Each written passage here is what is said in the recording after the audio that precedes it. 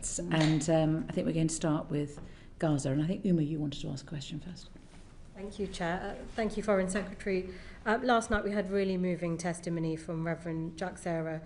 He's from the Bethlehem Bible College, of the desperate plight of those in Gaza and the scenes of the flooding that we're seeing.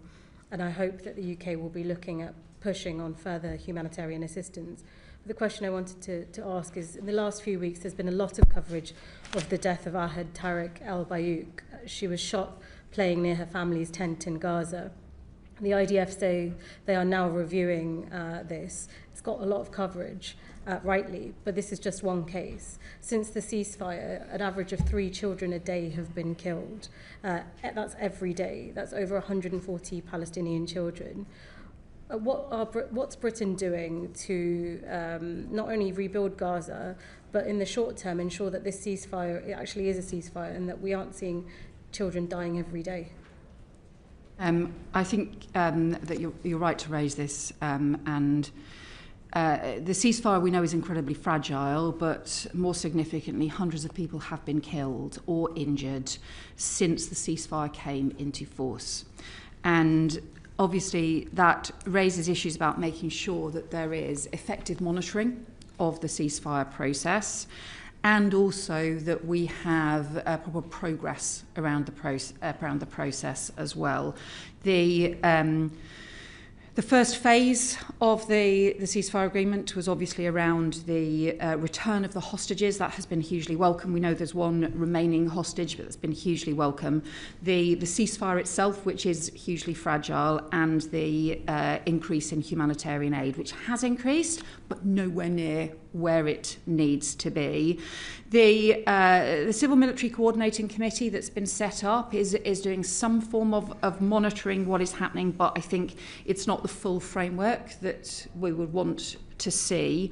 And most immediately, you talked about the flooding. There is an urgent, desperate need for more aid to go into Gaza. We need all of the crossings opened, we need the restrictions lifted, and we have to get an additional surge of aid in. We've managed to get some additional tents in by working immensely hard to get over 2,000 tents in. That is really important.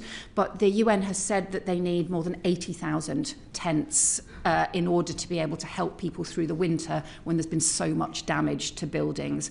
So that's why it's one of the continual things we are pressing every single day, is to get additional humanitarian aid and support into Gaza. It's also why we're supporting the matched fund pound for pound deck appeal in the run up to Christmas as well. Thank you.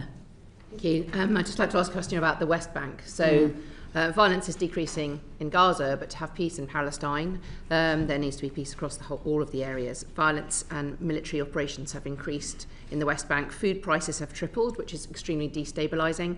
1,000 Palestinians have been injured in settler attacks in the last year, compared to 500 the year before.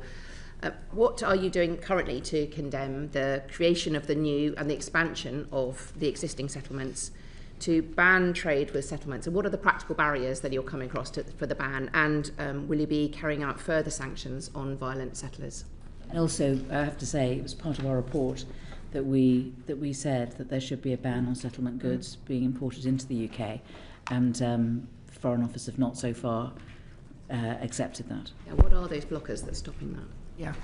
So just in terms of the settler violence, the increase in settler violence we've seen is extremely disturbing, and it continues alongside the expansion in settlements that we have also strongly condemned.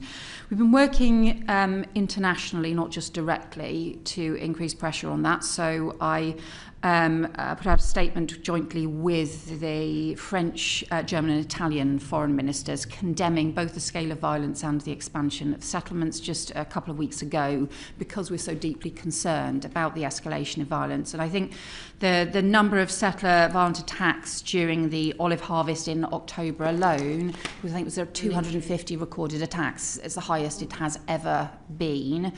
And it is shocking and appalling in itself to have that level of settler violence, but it's also, I think, part of the broader issue about the future of Palestine. And that whilst everybody rightly is focusing on establishing the peace in Gaza, we can't lose sight of what is happening in the West Bank, and these need to be linked. It's why the establishment of the Palestinian Committee needs to also be linked into the Palestinian Authority,